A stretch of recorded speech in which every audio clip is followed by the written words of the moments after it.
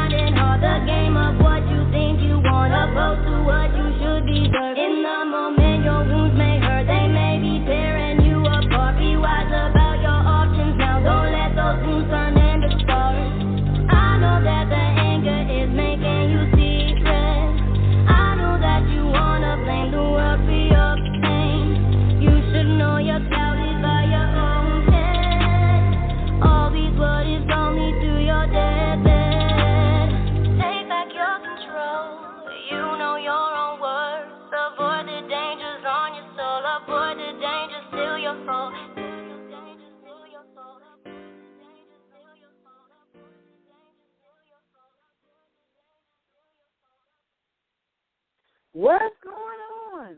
You have tuned in to another episode of On the Move, Unscripted Ladies Roundtable Discussion. And, of course, as always, I have my girls on deck, and I got my man in the background. So if you hear some stuff in the background, just understand that's what it is. What's going on, ladies? What's going on, sister? Hi. I really want to say thank you. Misty, I don't know if the shine is on yet, but Misty, I really want to say thank you for coming out to the show on this past Sunday at Scully's. Like, that was so freaking cool. And also the winner, I think her name was, what was her name? I know Michelle was in her name. I forget the young lady's name. Darn it, she won the contest.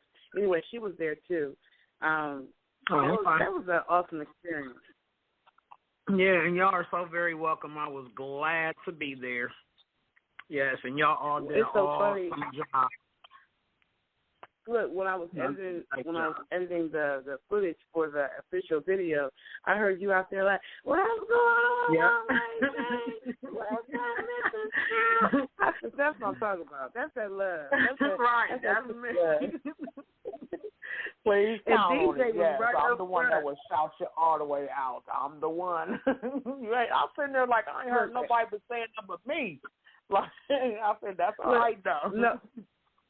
No, it was funny because I was able to capture all the people with their their phones, capturing the thing. What's funny to me is, they had a lot of different bands there, and there was a lot of elderly people in front. Like they was in the back of the club at the bar. So whenever you would hear the applause, it was usually coming from the back.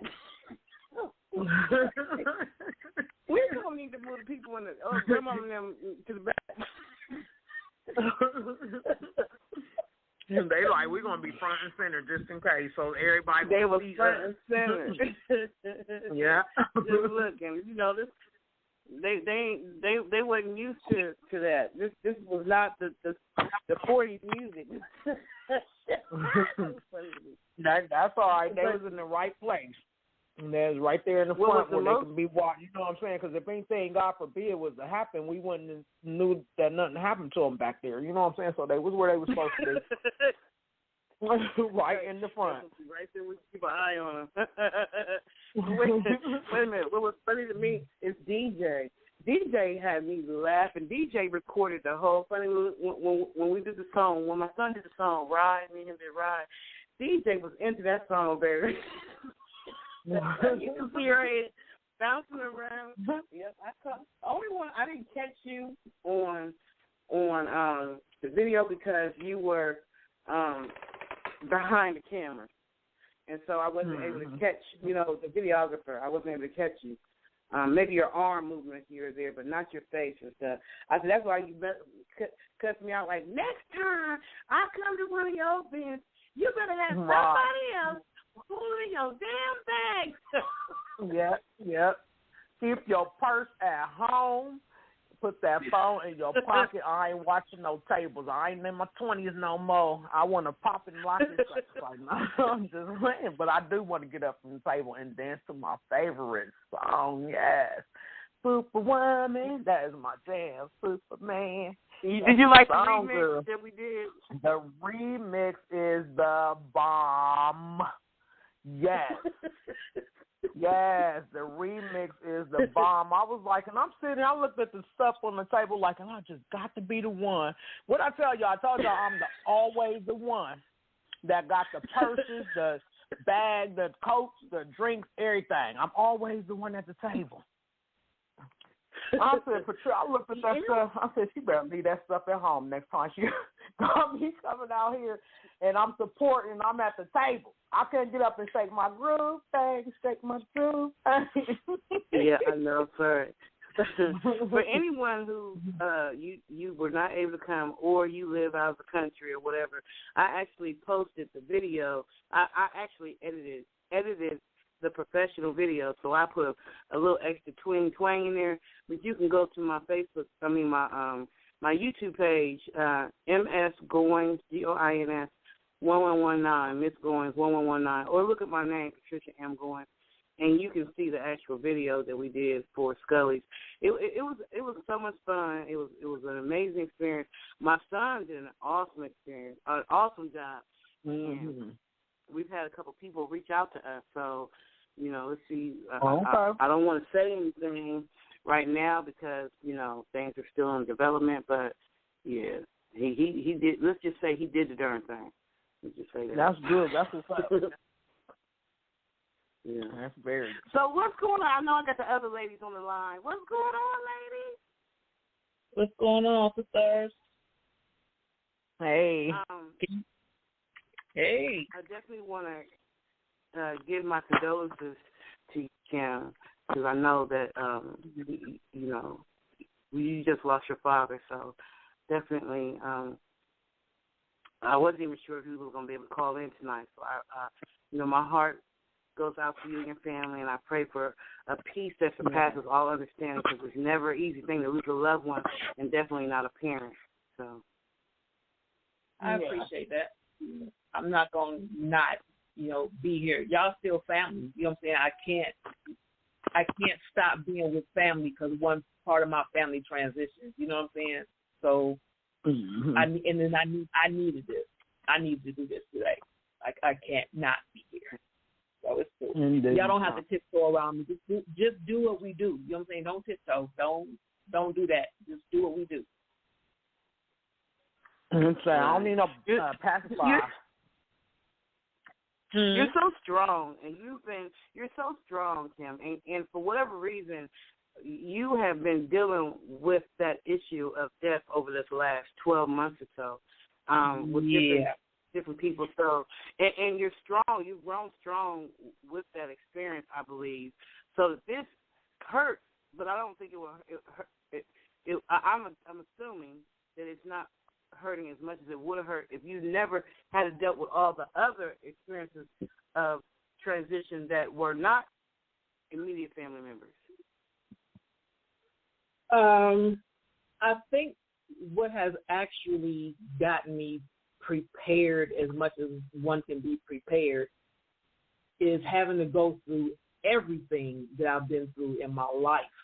It's like everything, because it's never been easy for me on anything, and as far as relationships is concerned, to get to that point where I'm like, okay, well, you know what, fuck it, because that's what makes sense. That was the part that helped me just deal with things or accept things based on what they are and not what I want or hope them to be. Just look at it for what it is. And that's helped me get through a lot, honestly, because it's just dealing with the information. Just dealing with the information. You know what I'm saying? Like, I don't, and I have to say this too, because people, and my son made a comment to me, and I had to check that ass too, but people have this misunderstanding about me, that I don't have emotions. You know what I'm saying? Like I don't feel anything, nothing bothers me, that kind of stuff. I still experience human experiences. You know what I'm saying? Right. I am human. We're spiritual beings that have human experiences, so I do experience them. I just experience them differently. You know what I'm saying? Right. I handle them differently. I'm built a little differently in certain, circumstances. So I'm not nonchalant. I'm not non-caring. I'm not a robot. I do feel. I do have emotions. I do acknowledge them, but I keep it moving because I have to. Right. My that's son one said thing about something to me, and I had to check him. I had to check him yesterday while my dad was the body was there. My dad was gone already, but if I could just share this with y'all real quick, I won't go deep into it. But there was somebody on the same floor, like a door down, that had been making noises for several hours. My dad passed at 4:30 in the morning. So around maybe 9, 10 o'clock, this sound is still coming from this room next to where we were. And it sounded like an older Caucasian man, right, that just kept saying, help me, help me. And, sometimes when as you get older, they have things going on in their mind that may or may not be happening for real, or, what I'm saying, something is going on and it's just, outwardly expressing. So we're like, okay, well, something's going on, or maybe it's not, and he just wants some attention or whatever. And he just kept going on, getting louder and louder. And my spirit said, go check. Just go check. Mind you, we're in a hospital and all of what's going on. I tapped on the door. I opened the door, and it was a young girl. She had been hollering for 4 hours because she was in pain for 4 hours, and nobody came to check on her for 4 hours. What? 4 hours. Mind you, she's on the... She didn't have a call light? Say what now? Did she have what? She didn't have a call light? Huh? I don't know what she had, but she's on the floor with dying people. Okay? That's all I know. She's screaming, help, help, help me. Somebody help me. Jesus, help me. For 4 hours. And nobody came to see about her. So when I went in the room, I asked her if I could, if I could touch her, if I could lay my hands on her. She said yes. And she wanted me to rub her back. I rubbed her back. I held her stomach because that's what she was saying was, hurting. This girl was bruised up. I don't know what is going on with her. I didn't ask her all that. I just wanted to help her. She was throwing up. She had her mom on FaceTime, so her mother was not even in the same city with her. Nobody was there with her. The one person that had the right to visit her wasn't available until that afternoon. I'm like, and nobody been in here. Wow. The mom, she, was grateful that I came in, to check on her. We prayed together. We, did some affirmations, and, we commanded that she be released from the bondage that was causing her the pain, all this kind of stuff. And the nurse finally came in, and then she wanted to check me. Hold up. Where were you 4 hours ago? You want to check me on some COVID shit, on some hospital policy shit. Ain't nobody else said, what about your humanity? How about that? Where's your humanity? You worried about policy. This woman in here crying. She's crying in pain for 4 hours, and you worried about who I am. I need to know who you are. No, you don't. You didn't know nothing about me. You can be on your job 4 hours ago. So I said all that, just to say, we got to honestly stop being so concerned about so-called rules and policies. And that shit don't matter when people's lives are affected. We get scared out of doing what's right, and I'm sick of that shit. I'm sick of it. Had I not broken the rules, you were supposed to do that. The Holy Spirit spoke to you at that moment and said, "Go see about her." And you went in there, and we already know. I know from Atlanta that you got the healing powers through your hand. I just seen a pastor talk about that. There are certain people that God has given the ability to literally lay hands on people and heal them. Nurses have it. A lot of nurses have that.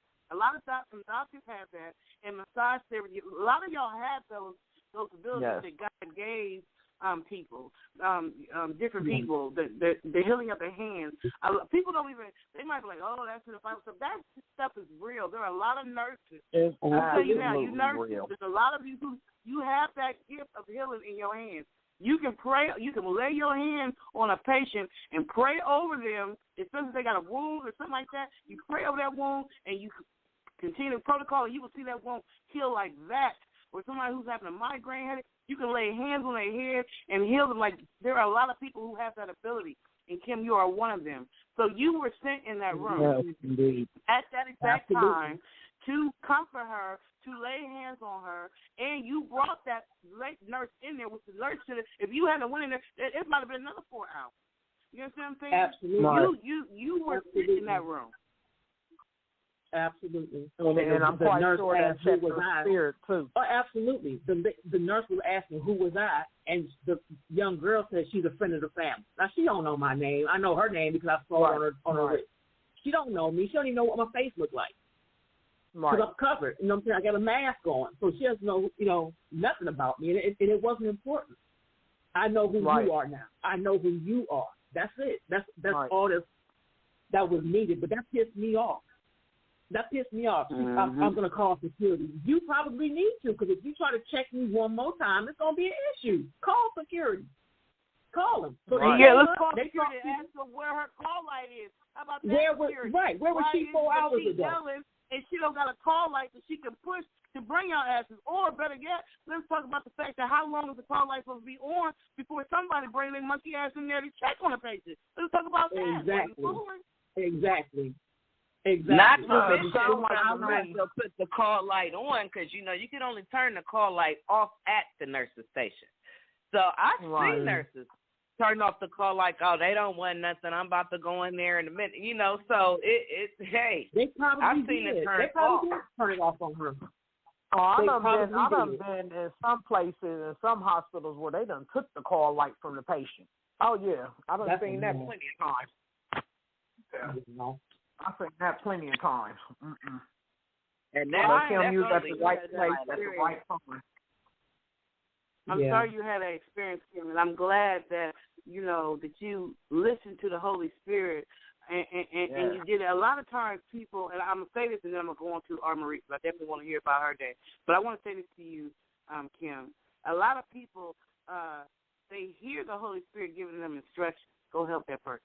Go get that person money. Mm-hmm. Go get that person a meal. Go say this to that person. They hear that, but they ignore it because they feel like, oh, no, I ain't about to be going over there, or no, I don't know that person, or no, they ignore that voice, that small, still voice again that's giving them instructions.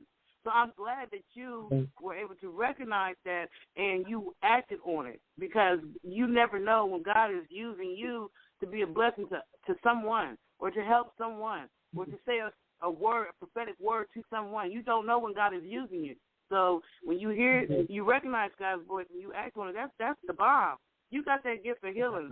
A lot. Not everybody in the medical field got it. Let me just say that. Some of y'all niggas don't need to be nurses. I'm sorry, I didn't mean to use that. Right. Y'all know what I'm talking about. And I ain't talking about color when I say that either. Some of y'all don't need to be nurses. Some of y'all don't even need to be in the health field. Some of y'all should have been a freaking truck driver. But there are many of y'all who are in the health field that you were placed. God put you there because of the gifts that you have. The spiritual gifts that you may not even know that you have, the healing gifts, the gifted hands. You have, a lot of people have gifted hands.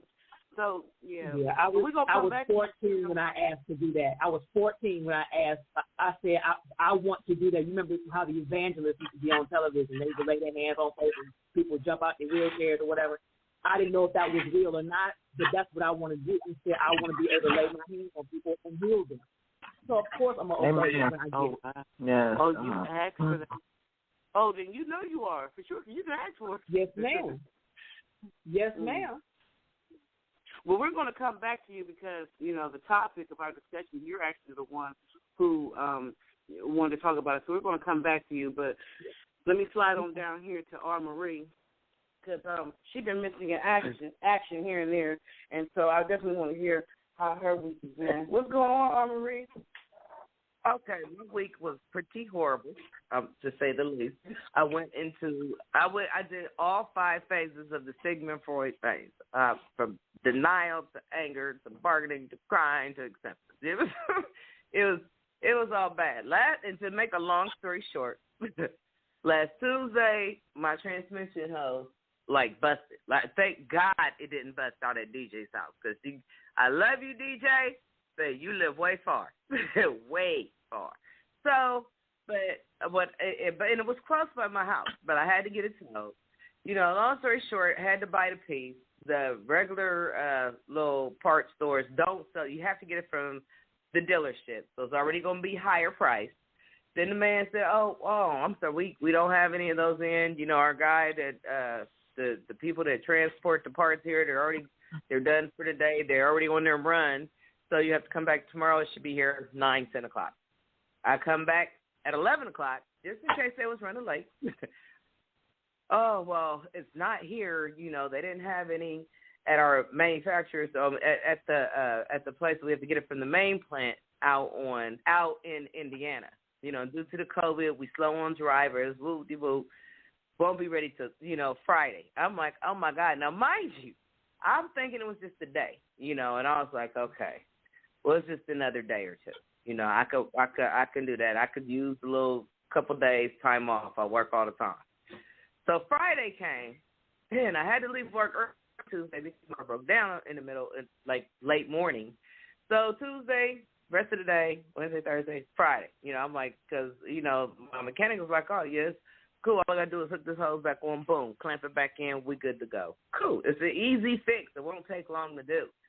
Friday, the man tell me, well, we're completely out. We're waiting on the manufacturers. At this point, I flipped, and it just came before the thought process. I just couldn't believe it. So after I cussed him out and let him know that I missed a few days' pay, messing around waiting on it, well, it's not guaranteed. So I'm like, okay, no biggie. I just got to get a rental. Mad about that because, I'm trying to move, so, I don't want to dip into no money. Didn't get stimulus check yet, so, didn't get the taxes yet. So, yeah, I don't have that money, So I'm like, okay, well, it's cool. I just rent a car. That's what they're for. It's got to at least be 9, 10, 11 rentals in Columbus. Every last rental car place was out of cars. I was like, you have to be shit. I tried everybody. So by like the 7th, 8th person I called, I'm like, hold up. Like, how is this possible? I'm like, you're not even the first. You're like the car rental number 7. He said, ma'am, I need you to keep in mind, first of all, calm down so you can hear me, because I'm like, I'm frantic. He was like, first of all, people do get paid today. It is tax time. People have stimuluses. He was like, and, kids are on school break. I'm like, school break is not till next week. He said, well, maybe for the school district your kid go to. But school break is this week, because this is my last day before we go on vacation. He said, and there's a lot of people who are reluctant to getting on a plane right now. So we have been doing a lot more car rentals. He said, and then once stimulus checks hit, we start running out.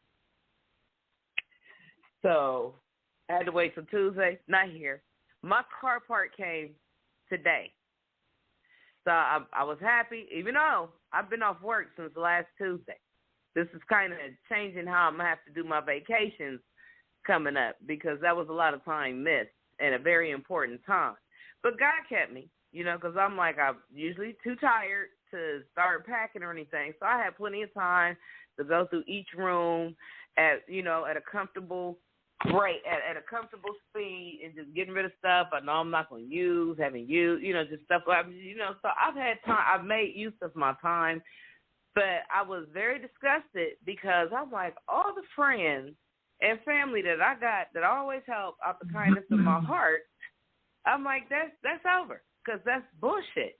And I was telling one of my bosses who that. Who did you call, though? So who did you call? Wait a minute. Let me jump in here real quick. Who did you call? I don't remember getting a call or a text. Because I didn't give you a call or a text. I know that you be busy, Trisha. I know that you be on the air and stuff a lot. Right. But you can't do all that while driving. You said all the friends, all means every, means all of them. All what I said, means everyone. Listen to half the sentence. I said all the friends and all the family that I have had to help in the past, a lot. No one, but then some of my family is also gone on vacation in a rental. But had that man told me that Tuesday that we were completely out, the manufacturer are making them, I could have got a rental on Tuesday. But by Friday, it was over with. It was over with. So then I tried to get one for my sister. I tried to get one for my sister and couldn't get one on Wednesday. Oh, okay, so they must have, they've been going like wildflowers. Like, I can't believe this. I cannot. This is not happening. So I finally had to cut off because I wanted to come see you. And one way, Zay, I'm like, oh my God, two of my favorite people and one of my favorite places that I go. Couldn't do none of that. I'm like, oh man. So. One thing, if it hasn't taught me anything, it is necessary to have two cars, just in case something happened to one. Just in case. I mean, I feel like, well, if something happens, I can always get a rental. But now I see, can't always do that. I got clients who've been refusing nurses because they only want me. I'm trying to talk to them on the phone. They're not trying to hear me. It's been bad. You should have called me. I probably could have helped. You should have called me. You should have let me know. I probably could have helped. At least a little bit. I should have did something. Well, I appreciate the thought. Sorry you kind of got a little, you feeling some type of way. I can hear it in your voice. I mean, Trisha, but you know me. I'm very prideful. I'm not the type that can call. I mean, I ask, like, realistically, I've asked about maybe 4 people. Not to mention, I had a cousin that came over Saturday. No, on her defense, she was a little drunk, and I was telling her what's going on. She was like, "Girl, you can borrow one of my cars. I got 3 cars." I'm like, "Okay." She was like, "Real, call me in the morning." I call her in the morning. I ain't gonna, but I was up early, so I left her a text. Hey, if you're serious about letting me borrow one, I mean, I could rent it from you. It's no problem. Anything for the inconvenience. I just need to get back out to work. So called her, no answer. Text her, she texts a couple hours later, got to find the keys. I'm like, okay, just keep up. Waited a couple hours, called her, no answer. Text her, like, did you find the keys? She waited a couple more hours. By this time, it went from morning to afternoon. Like, oh, my dude had the keys and he lost the keys. I don't know where they're at. And you're telling me that you couldn't tell me that first thing this morning? That's all I'm saying. So I don't know, I had to sit down and step outside my bubble and kind of look at shit for what it really, really was. And it's really, really sad, but things are really, really changing within me, at least. I'm not going to be a bitch. I'm not going to be a monster, but it's a lot more no's getting thrown out in the way. They're coming. Yeah, I had a sister today. I'm glad you could hear the little bit of irritation in my voice about why you didn't go. You got other people that we're friends are, Marie. So that means that when you come into a crisis, you don't know. We might have been able to help you. We might have been able to, like, you could have called me. Maybe the morning I couldn't have helped you in the morning, but in the afternoon when Kenny got off work, I could have drove you around to your clients. I'm a nurse. I understand. As long as I got my phone, I'd have been good. I could sit in the car. As long as I ain't got, I'd have helped you. You should. I asked you to call me, and you didn't. So when you say, did. At that point, I had to disconnect. I had to disconnect with everybody. Your friend of 30 years. You just want to be all alone. Like Monica's song, just one of them days. It was just one of them days. They just felt consecutively. I'm like, let me just disconnect from the world because I'm at a level of festivity that I'm not used to, and I need to just calm one down. And I just had to calm down. So do you got a car now? Well, I got the part. The part came in today, but my mechanic wasn't at the shop today, and he's the one who got my key. Like, I just can't win. And my backup mechanic, who is thebomb.com, he's going through a personal issue, so he just took time off altogether, which I'm like, what? Until I had to disconnect. Then I understood. But it's just like, wow. He was like, oh, I'll be there tomorrow. But he also has a second job, so he works on a truck. And he went out of town today to do a drop-off. I don't know if they pick up or drop off or whatever the hell they do. But so I was like, just reach out to me after the show. And let's see what, reach out to me after the show. All right, let's get back to me after the freaking show, or Marie. Yeah. All right. Okay. So what's our topic about tonight? So, Karen wanted to talk about having your. Hold on, y'all forgetting about me. I'm still on the line. I'm doing okay until today. Is anybody concerned?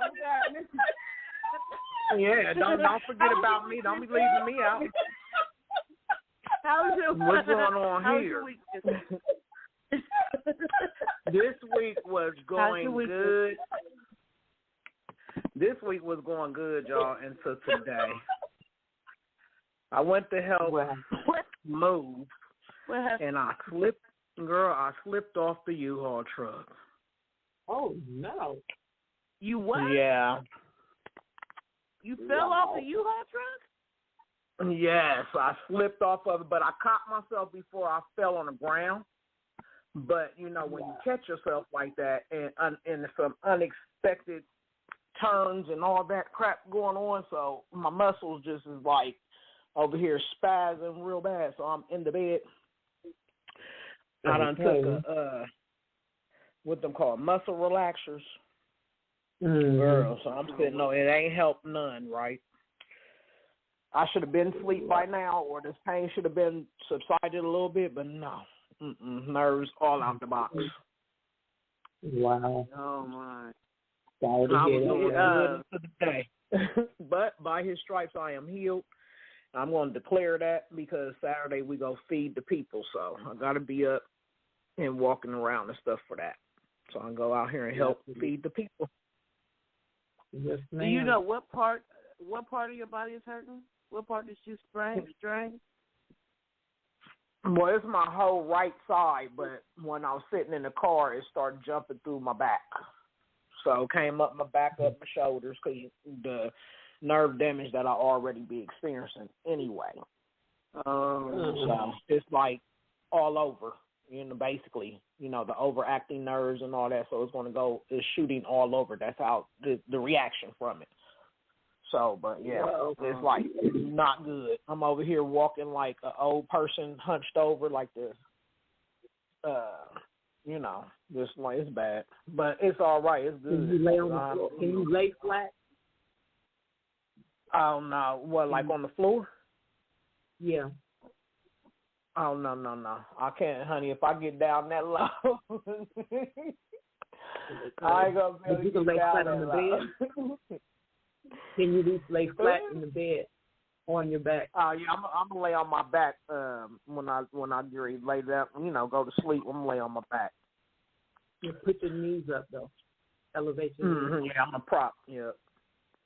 Yeah, it's just like, oh my good, my face was even hurting after that too. Like, oh my goodness, like everything just hurts. You better listen to Kim, because Kim is a massage therapist. This is what she do. So whatever recommendation she's giving you over the phone, I will follow them. This is what she do for a living. I'm gonna send some energy over there to you. Thank you. I appreciate it. Yeah, I do the same thing as well. And a lot of times I, pray over myself and massage myself too and rub the pain away too. So I know exactly what Kim's hands could do, because girl, mine do the same thing. Yeah. Okay. Yes, indeed. But we are definitely praying for your healing. It's good that you're resting. Soaking in some warm water might help too. Soaking in nice bath. You ever try that Epsom bubble bath stuff? Has anybody ever tried that? I'll use that. Which one, Dr. Teal? Because I got Dr. Teal. Dr. Teal, that's what I'm talking about. Dr. Teal, that's the one I got. Man. Oh yes, it's good. That's what I got over here from Dr. Teal. But I ain't did that yet because I was scared to get out that low, and I'm in here by myself. So I want to have that episode.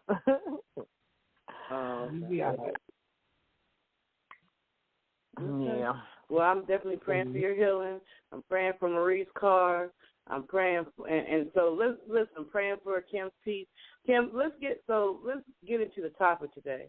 You're the one who actually wanted to talk about getting your affairs in order, and I think it's a topic that we don't really like to talk about, because nobody really likes to think about not being here tomorrow, or the transitioning experience, or even just dealing with a will or any of that kind of stuff. Like people don't really like insurance. We don't like to think about that really, but it leaves a burden on the family, on the people who are still here, when you don't think about that kind of stuff.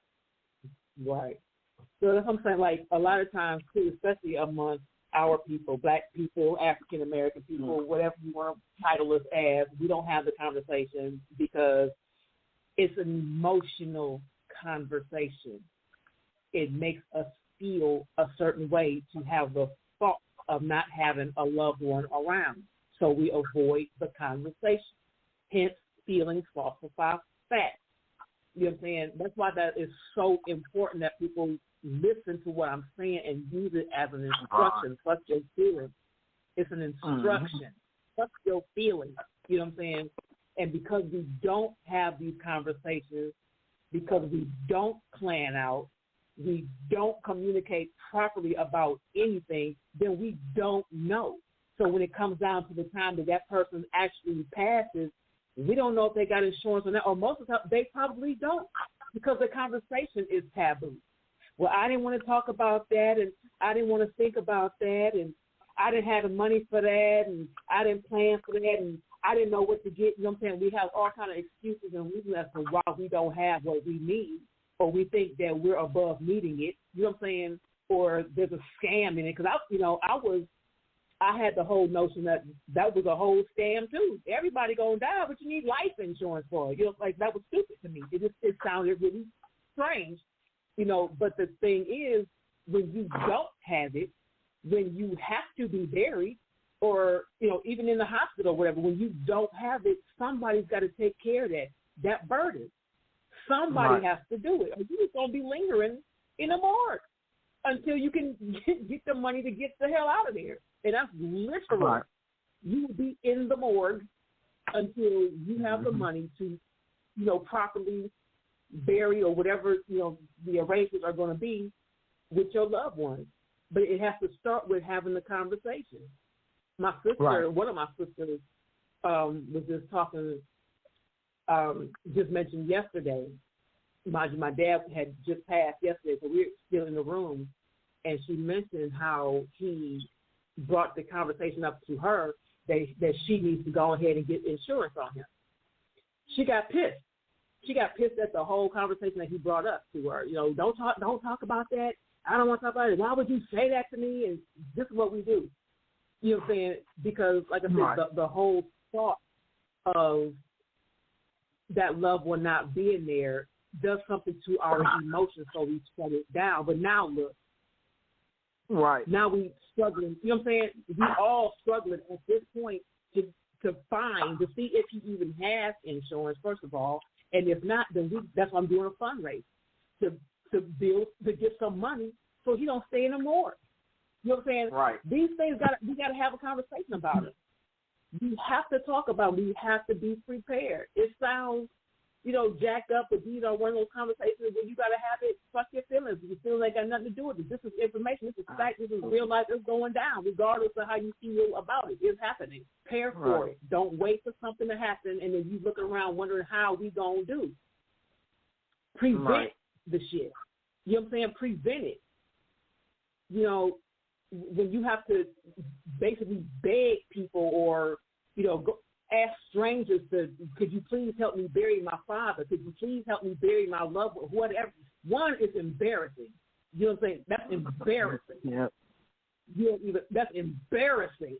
It is shameful. It's shameful as a family that we're not prepared to take care of each other.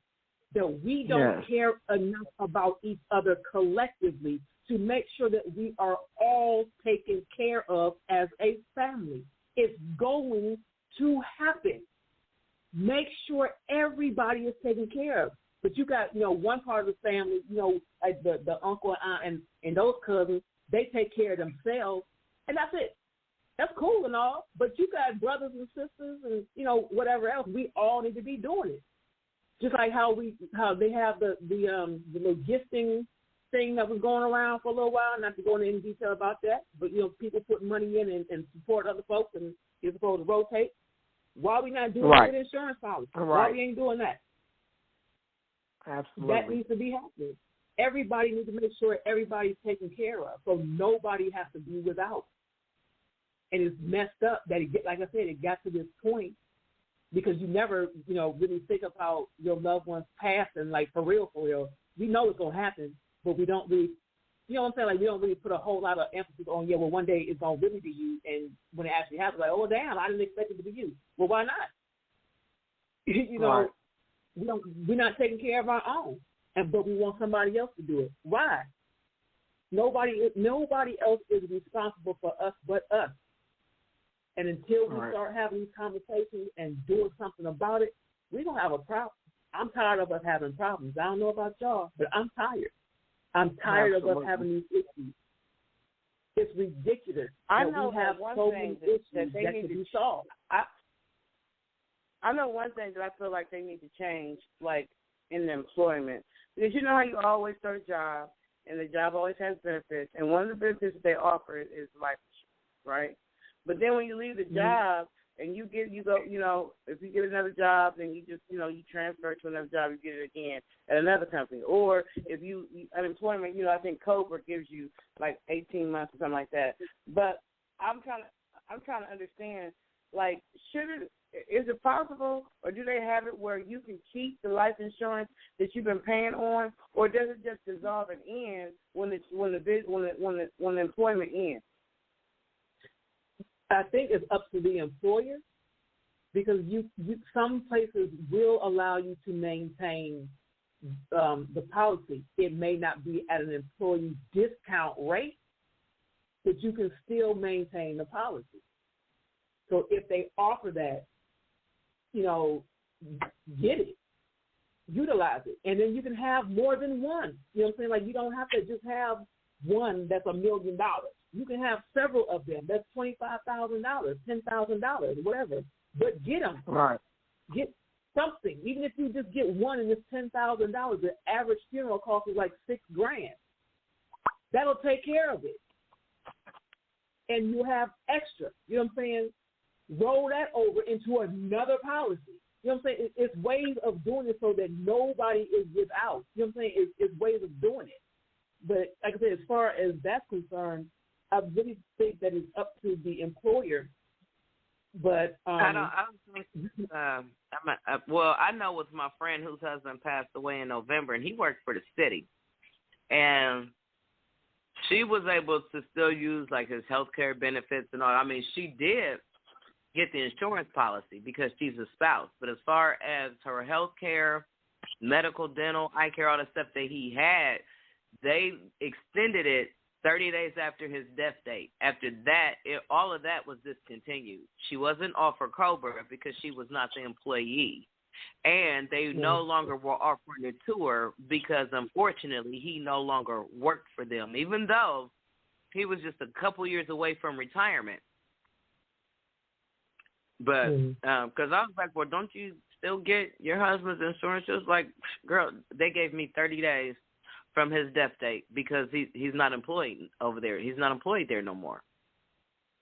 Right. I was like, wow.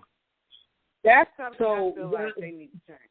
These big corporations and stuff, y'all, I feel like if an employee came to work with you, there's certain benefits y'all should, maybe you may not still keep paying for forever, but darn, do something so they can keep that, at least the life insurance. Hell, there's some things that I feel like need to be changed, definitely, when it comes to that. But because you should be able to carry that policy.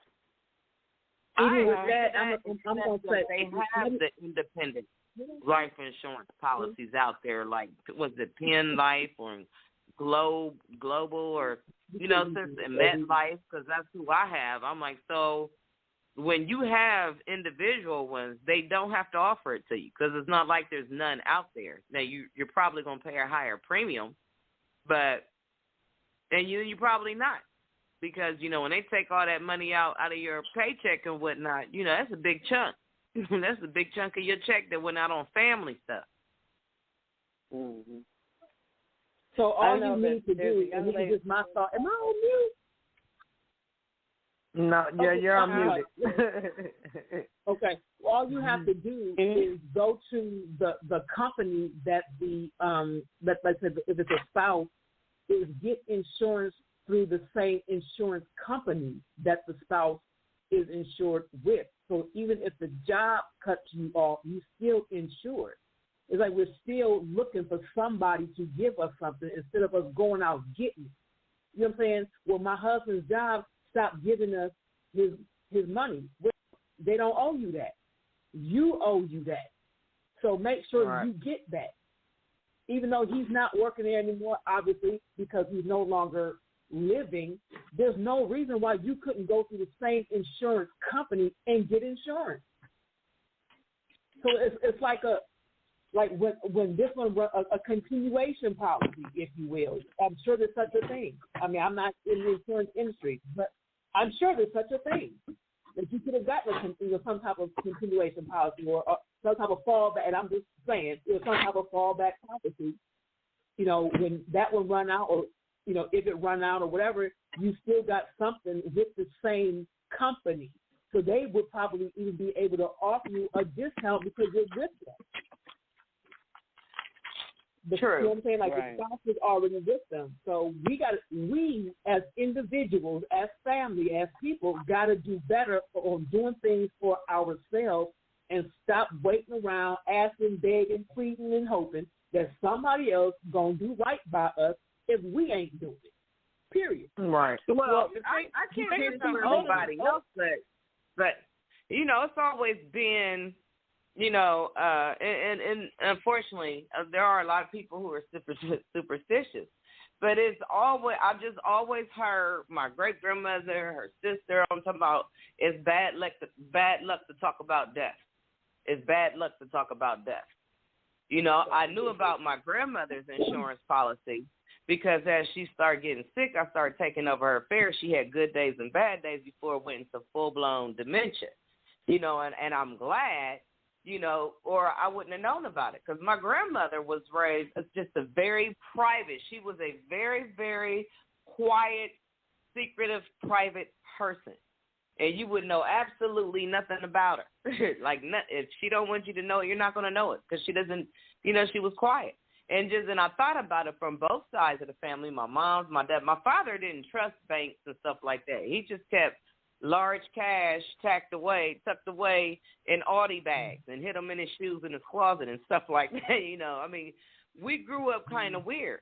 But I also don't recall learning that, and then once you get out of high school, whatever is not already taught to you, unless that's something that you're interested in college, you don't know. And if you haven't been around people who talked about life and life insurance, it wasn't until I became a nurse. And as I started talking to my coworkers of all ethnic races and groups, I'm discovering that Americans, particularly Black Americans, that we don't like talking about death. We don't like have nothing to do with it. You either know oh yeah, they got money. I've seen people dead out scrap. My patient is not even lukewarm. They scrapping over who's gonna get what. It's sad. We were intentionally not taught. There's a lot of things that we need to know.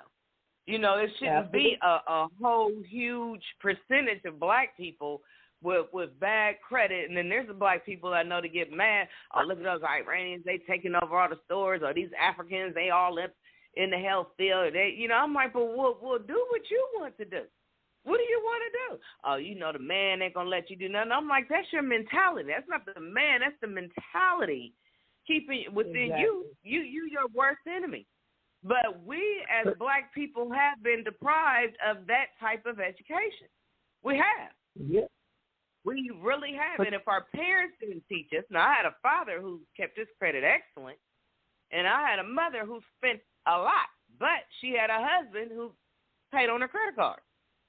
So, it was, but then when the divorce happened, you saw how the life changed, how the lifestyle had to change due to compulsive spending, and thinking she can get it back, or trying to make quick, fast money, or, trying to do a quick hustle, or, it was always something, and then I'm looking at the pattern.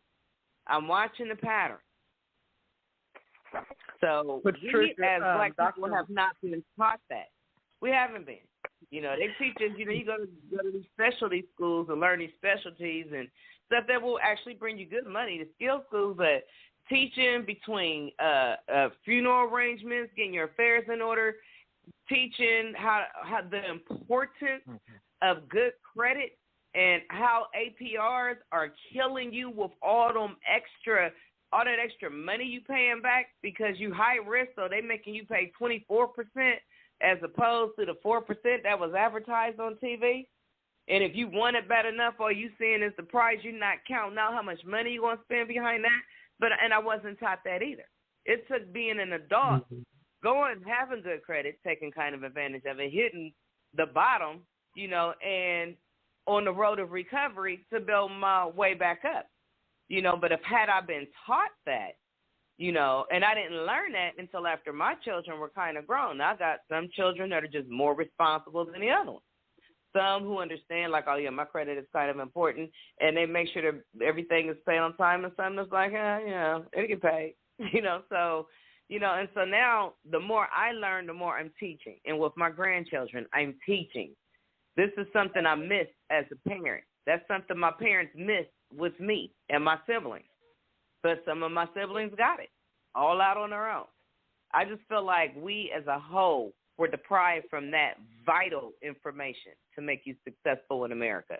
That's why you see GoFundMe pages and having dinners to bury somebody. I mean, one may look at it as a shameful and as embarrassing, but I try to find the positive. I tried to. I couldn't find it this past week. But, I mean, to me, you still doing what you got to do. You willing to get out here and hustle and make this money. But, Kim, you are right, because the affairs need to be in order. My daughter knows about my affairs and where I keep that. But when I get all four of my grown children together, I'm going to sit down. I'm going to talk to them, about everything. Where this is at, you don't have to look for this. You don't have to look for that. This is where this is at, and this is how this is going. I even took it a step further. I've talked to a funeral home, and so I'm making my own pre-arrangements. So hopefully I'll still live, many, many, many, many years. But if not, I do hope to have at least that paid off. So the money, the foundation I'm trying to leave, the legacy I'm trying to leave, I don't want them to have to spend $6 bands to bury me, because I'm going out with a bang. So it's going to cost a little bit more for me, for one. And I want to be able to choose, I'm just going to get it. I'm going to go ahead and get it out the way. And I'm going to have everything set down, and this is how it's going to be. And since it's my money and I'll be dead, so you can't argue with me about it, just deal with it. So this is what it is. This is how it's going to be. If some of you change within time between me and myself dying, then, hey, if there's a drastic change or fatality, then, of course, this is going to change or what not, maybe not. But that's what I'm trying to do. I am trying to be prepared because having clients, and clients are going to die, especially if they're sickly, and watching how some families are scrambling. Then I saw a couple clients that made sure they paid their life insurance. So that would be the least worry that their family have. And I still saw family fight over the money. It was. Well, I got a question for you, Kim. Was your father Dr. ever Marie in the trying military? to get in too, Patricia? She said you're mute. She's on mute. She's been trying to speak. She's not Dr. on R. mute. Marie. She's not on mute. She says she can't say nothing. She's been trying to talk. She might have muted Dr. her R. own Marie. Unmute the phone if you can hear us. Mocha. I can hear you. Who's trying to talk? You said who? Dr. R. Marie. Dr. A. Marie? I can't hear. Mocha, you there? Mocha. Okay, Mocha, you got to call back in because I don't see you. I don't see your number at all. So text her and tell her to call back in. Because I haven't seen her. So, Kim, was your father ever in the military? No, ma'am. He's a rebel. That's good. To know me is to know my father. So, no, he was never in the military. I said, to know me was to know my father. So, I wouldn't have been in it. So, no, he was never in the military. He was never in the military. So he worked for himself most of the time. For anybody who wants to assist or donate towards helping you with the expenses, because I know you had a GoFundMe. How do they do that? Like, what's the information? They can just go to my page,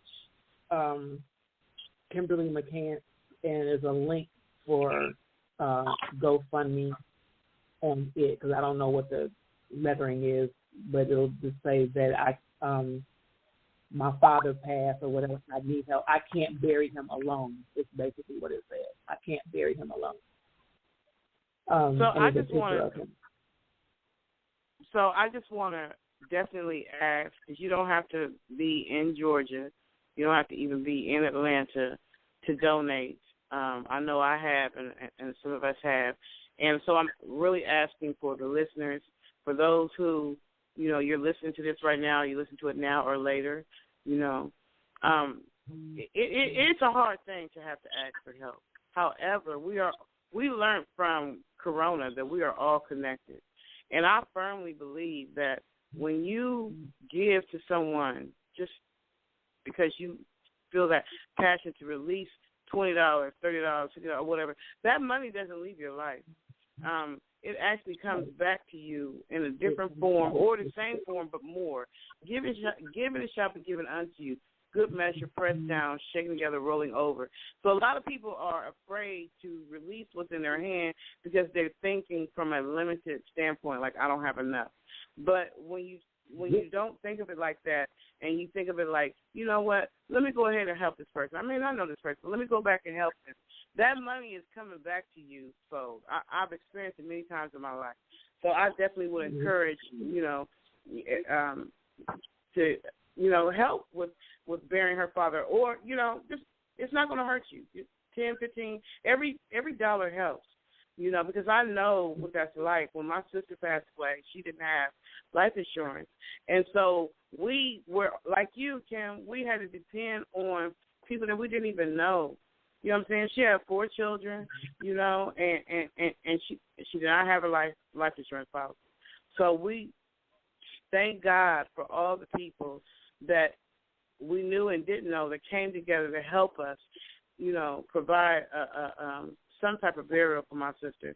So I definitely understand how you feel. You know what I'm saying? And elderly people, they don't always talk about what they got. And a lot of times we don't even think to ask them, you got your life insurance policy, you got this, and that, especially when you're not living in the same city with them on a daily basis. So, right. It's hard when you have to come back and you're like, oh, my God, not only do I got to deal with losing my family member, but now we don't have the money to bury him. So I definitely would ask everyone, anything, no matter where you are. I don't care what country, what world, it doesn't matter. If you can go to Kimberly, Kimber, spell your name because I might miss an E or something. Spell your No, it's regular Kimberly, and then McCant, MCCANT, like Tom S, and the GoFundMe link is on my page. Some people have also been Cash Apping as well. So if you prefer to Cash App,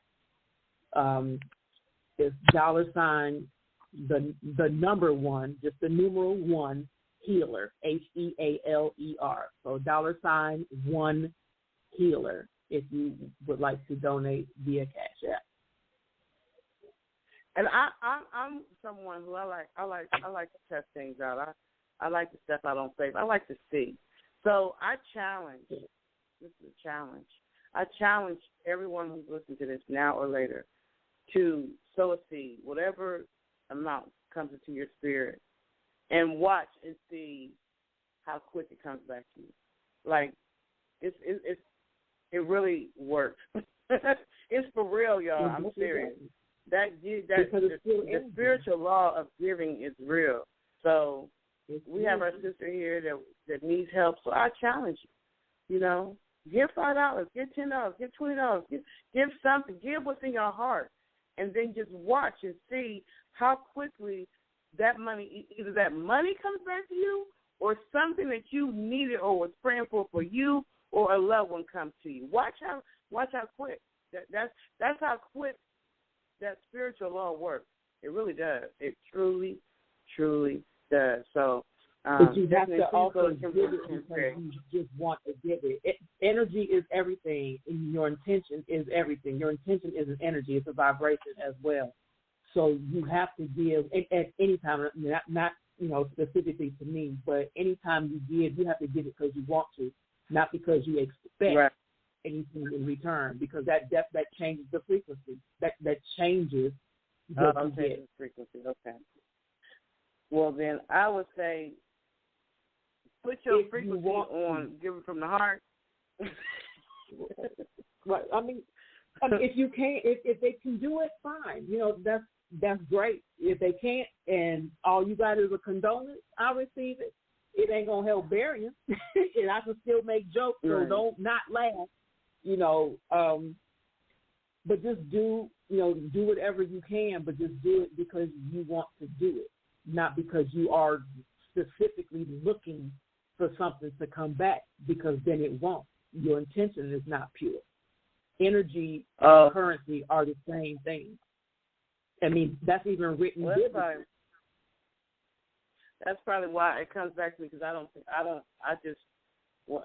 I don't look at it like I'm getting something back at all. I just know it works.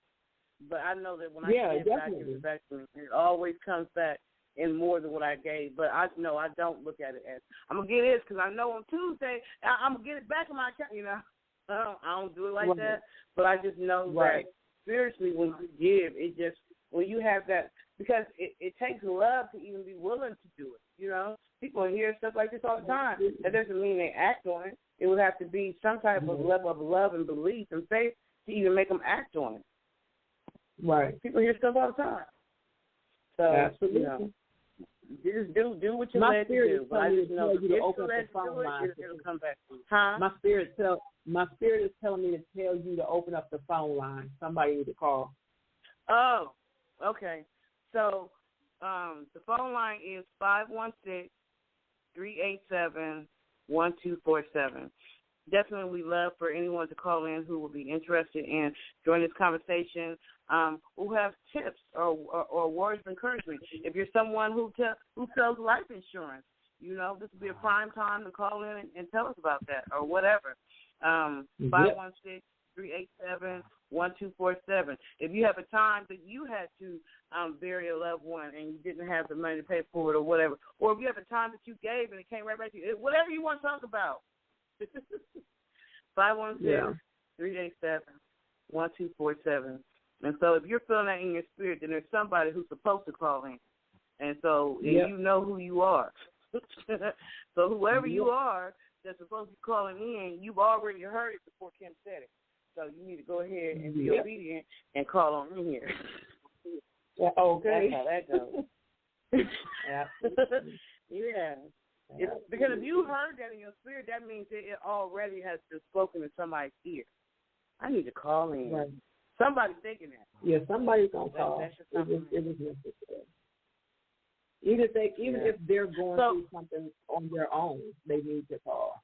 Because maybe somebody else needs to receive a word specifically. You know what I'm saying? Maybe it's not for them to necessarily give, but they might be in a need to receive. And we can give it.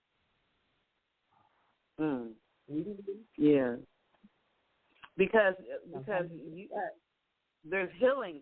There's healing on this line. There's healing on this line. So even though the show is kind of, we're talking about the passing of Kim's family member, if you are someone who you've just experienced the loss of someone and you need some words of love to help you get through your healing, call in. You know, 516-387-1247. Absolutely. I know I got another answer. Let's take a quick music break and then come right back. Okay. So if you're about to call in and just don't hang up because we're going to take a quick music break on Move Unscripted. Okay. If I can get the darn thing to play. I don't know what it is about me and this. You know, that was supposed to be a smooth transition, you know, but for some reason my thing ain't even letting me. Maybe we ain't supposed to quit. Maybe we ain't supposed to quit. They ain't letting me listen to people talking. I'm not about to be fighting against the laws of gravity. And I was about to go to the song and the thing won't even move. So that means that somebody must be going to call in. Yeah, what song were you going to? I said, what song were you going to play? I was going to play. I wanted to play my son's song. Let me see if it'll let me. No, it ain't even. Man, it ain't even let me. It ain't let me do nothing. I don't think. Wait a minute. Let me see. Let me try to see. Isn't it a new computer? Nope, it ain't let. Nope, it ain't. I ain't supposed to be playing nothing. That's all right. Well, okay, so let me say this. Let me say this too, Patricia, because like while we're talking about getting your affairs in order, know that doesn't just mean financial. Your affairs can be spiritual. They can be emotional. And what made me really, he just passed yesterday. And before he passed, I think about his characteristics. You know, my dad was very ornery, very stubborn. He didn't talk about nothing that he was dealing with. He hustled on his own. You wouldn't know what he needed because he wouldn't tell you what he needed, but he was always there for somebody else. Even if he was sick, if his sisters or somebody needed something from him, he was going. If he had $2 and you needed $5, he was going to give you $2 and go steal $3. You know what I'm saying? Whatever it was, he was going to make sure you had it, even if he didn't have it. And I looked at his, just consider all of his characteristics, and I'm like, I am exactly my father. I'm exactly him, because when it comes down to asking people for help or saying I need something, I don't. People don't know half the shit that I've been through or go through because I won't talk about it, and I don't look like it. You know what I'm saying? But that's an issue. So what I came to realize was that even those types of things have a karmic transfer energy that has to be stopped. For him to be the type of person that he was, and that's all the men in my family. I'm gonna have to say that, put them on blast so they'll get it. All of them are like that, so I get it genuinely. When you have, people in your life that are used to doing things by themselves, never ask for help, never speak on what's going on, are very secretive, very reserved, whatever it is, they have children. The children learn those. They learn that. They learn that behavior. They pass that down, but it becomes a karmic tie. It's karma in that.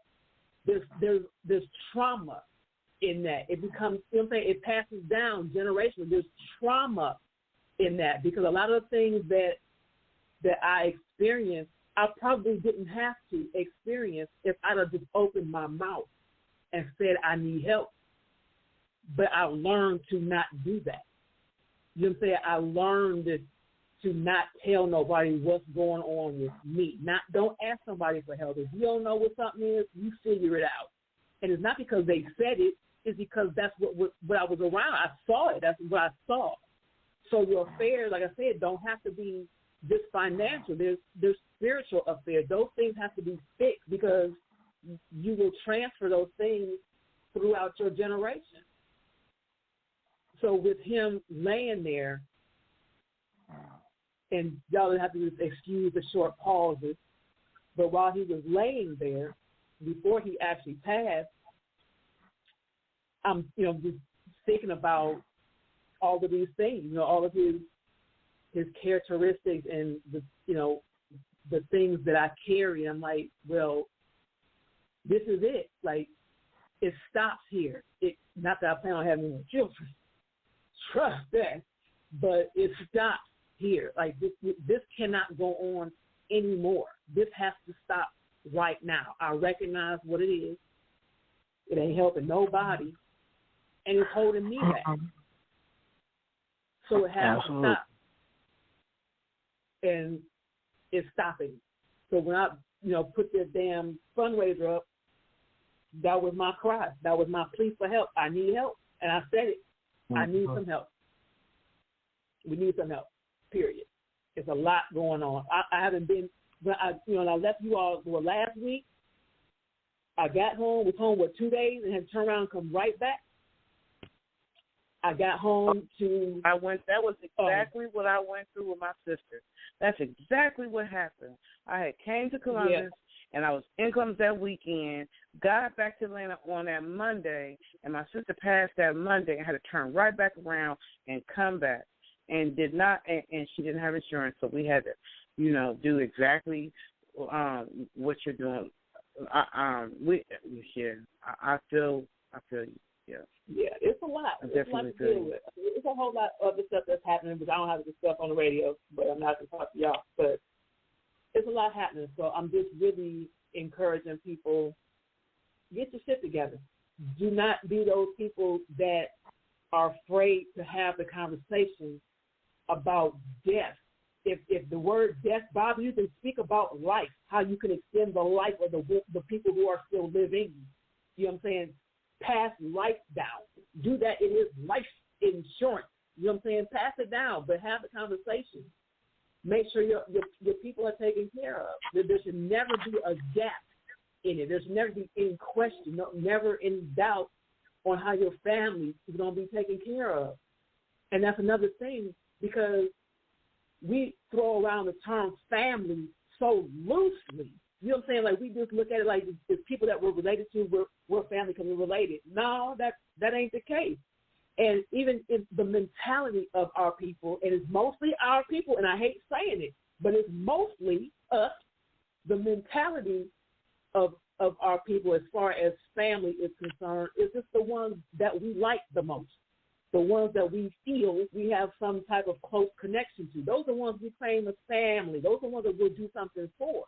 Those other ones, those cousins that 3 times down the line that you ain't seen in 99 years or don't even know they exist, they don't count. Great-great-great-grandma, she don't count because you don't know her. You know what I'm saying? That type of shit. Your family is your family. And if you're not close to the people that you're related to, then you need to start relating to them so you can be family. So that nobody gets left out. Nobody gets left behind. All of your relatives are actually family. It's sad that that we have relatives that we don't know. Like, that's sad. And y'all could be in the same damn city. How you not know this person? Why you not speaking to somebody that live up the street from you? You know, and y'all family. Why? This is the type of shit I'm talking about. Not just the financial. Get your shit together. All of it. You never know who you need and who needs you. We're all connected. That one person that you're not talking to is the one person whose life you can save, and that could save your life. That's the main one that you're probably connected to that could change a whole lot of things that you have no knowledge of. But because you're not talking to them, because you're holding, ill feelings or resentment or revenge or whatever toward them, you're not doing what you need to be doing in order to connect the energies that need to be connected. They ain't got shit to do with you. We don't think about that.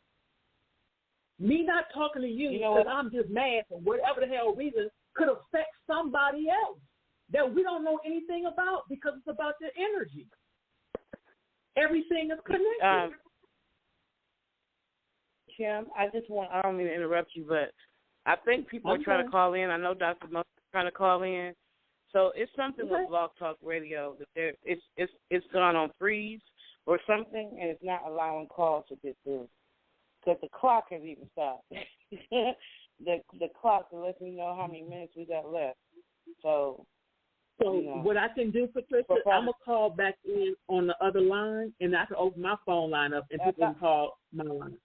Oh, don't hang up, because if you hang up, you're not going to. I'm going to call with you on the line now. I'm going to call in first. I'm going to call in first. Okay, don't hang up on the line. Okay. So, that's why we call this Unscripted, because we just never know. You can't control technology. But I know that there are people who needed to hear this show today. So, because it's always, people are always, every day somebody's born and every day somebody passes away. That's the cycle of life. And, there's always somebody who needs to hear those comforting words or needs to know that somebody else is going through the same thing they're going through. You're not going through by yourself. I've gone through it with having a loved one and having to try to figure out how to help pay for the funeral in the midst of dealing with my grief. Kim is going through it right now, so there's probably some other listeners who are going through it as well. But the one thing I can say is that God brought that money.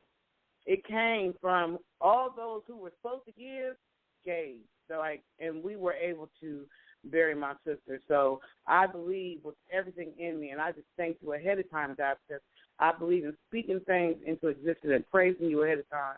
So I thank you that you will meet Kim and her family at their need, and that you will provide and put it in the hearts and minds and spirits of those who are supposed to help, that will send her what she needs to go with what she's been able to gather to be able to bury her father in peace and with dignity, because, I just believe that, and I thank you ahead of time for all those who you're going to use, for all those who listen to your voice and they do it out of love, that you bless their giving 100-fold in whatever area of their life that they need it most, that they've been praying about, whether those prayers have been openly known by others or it's just something between you, God, and them.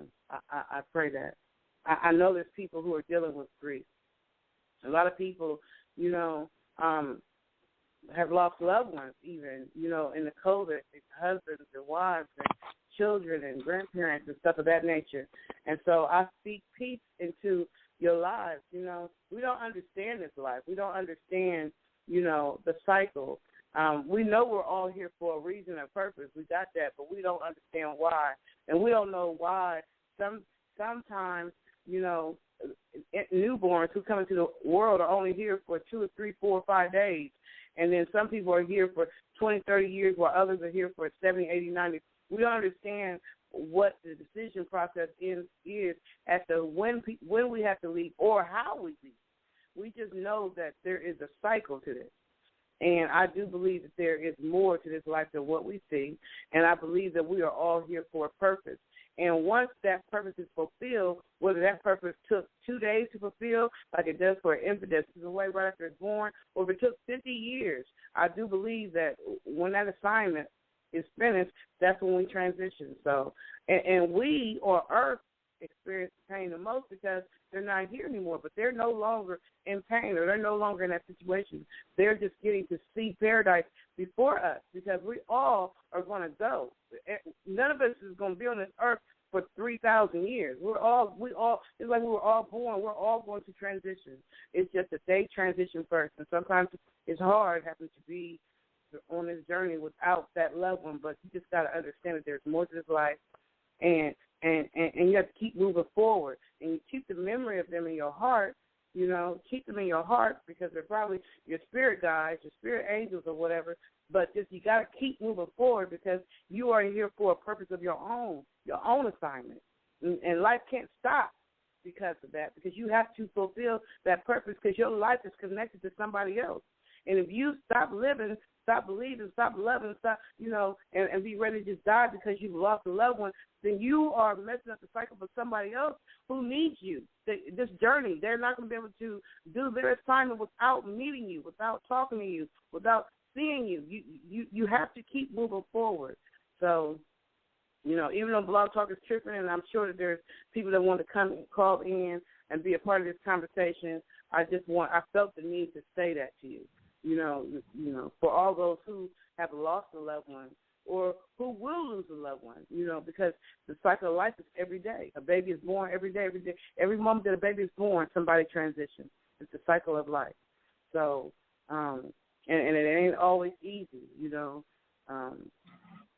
So I've experienced it, and it doesn't make the grieving process any different. I'm just hoping that it'll make it just a little bit easier and help you get through the stages quicker, and not get stuck on one of the stages of grief.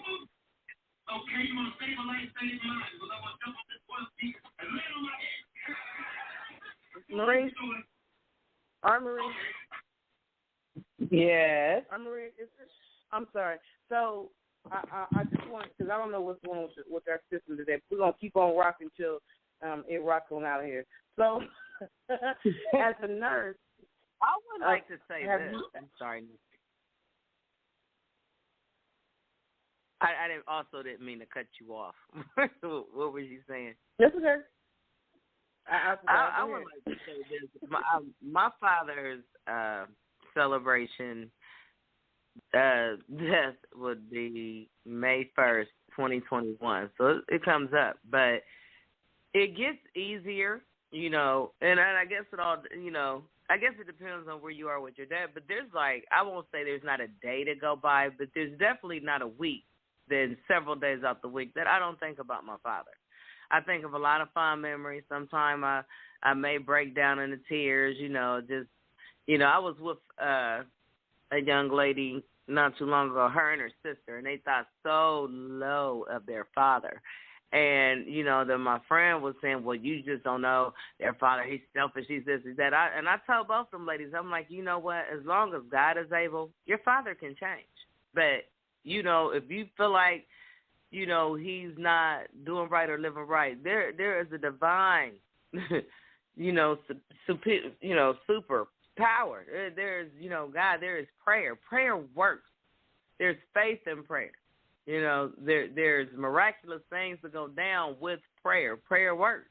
I'm like, but all this bad stuff you're talking about your dad, there is nothing. There is literally nothing that I have a possession of that I would not give up for just another conversation with my father. That part of my life has completed itself. I'm like, so think about that, because you talking about my dad didn't do this, but your dad was around your whole life. There's a lot of people out here who has a father, never met him, didn't even bother to stick around. Maybe the way he do things are unorthodox, maybe the way he do things just aren't cool, but he's here. And one day, he won't be. I'm like, so just remember that. So all this time y'all have built up anger and animosity. If you got to, get counseling. If not, go somebody that can help mediate the situation. But, your father is still on this earth. I'm like, because believe me, no matter how much you love your father, how much you hate your father, losing a parent is to me, I've never lost a child, but losing a parent and my grandmother, since she had a very strong hand in raising me, that was a different pain that I felt from any other people that I've lost. That pain was different. Memories, fond memories help you get over things, and just time heals all wounds, in my opinion. Time heals all wounds. But to me, losing a parent is definitely a different type of pain. That's just like I've had mothers and fathers who have lost their loved ones. Like, oh, that's the difference. If you ain't lost no child, don't talk to me about you, understand, because you don't. And they're absolutely right. I empathize, I pray for your family. You have my deepest condolences, but you're right. But losing a parent is something I do know about, and, like you said, Tricia, everybody's going to go through it, but, to me, it was a different type of pain. Because I haven't lost a whole lot of people, but from all the people I've lost, with the exception of my grandmother and my father, the pain was different. It was different. It was deeper. It was breathtaking. And both of them, I was still blessed. I don't know if you want to call it a blessing or a curse. I feel like sudden death does not give you the opportunity to prepare, but even though watching your loved ones in pain and suffering, there's a selfish part of me, at least, that I was like, well, they're still here, and please relieve the suffering. And when it was over, it's just like a gasp of air, of breath that it's never coming back. And then when you could be in denial all you want to, but the day of the funeral, the day of the finale, when you staring your parent, it's different. Oh, that's a hurt. That's a hurt. And that's all I got to say about that. Now, are we the only two left on the line? No, I'm listening. We're all here. I'm visibly Kim, you're still on the line, right? Because I know she was going to connect her line, but you told her not to hang up because for some reason it's not letting you through. I don't know. Yeah, this is one of them kind of nights. And it won't. I don't even think it's gonna let me. I don't even know if it's gonna let me end the show. Like, we can't even end the show early. Like, it's like that. Like the whole. Well, this is what you deal with technology, man. Technology is a mess. Yeah, I'm mad I don't know nothing about it. That's when it's frustrating. It's one thing that's acting up. Huh? I was saying, is Missy on the line? Missy, unless she set the phone down, or unless the muscle relaxers that she said wasn't working start working. But I'm sorry to hear about that. So I don't know. I still see Mrs. No, Vaughn up there. I still see Kim. Still on the line? Kim, are you on the line? This is some craziness right here. This is definitely an unscripted moment. Okay. Did somebody else say something? Huh? No, just me and you. I said, what does getting your affairs mean to you? Like, is there anything you feel this year that you definitely need to get your affair back online?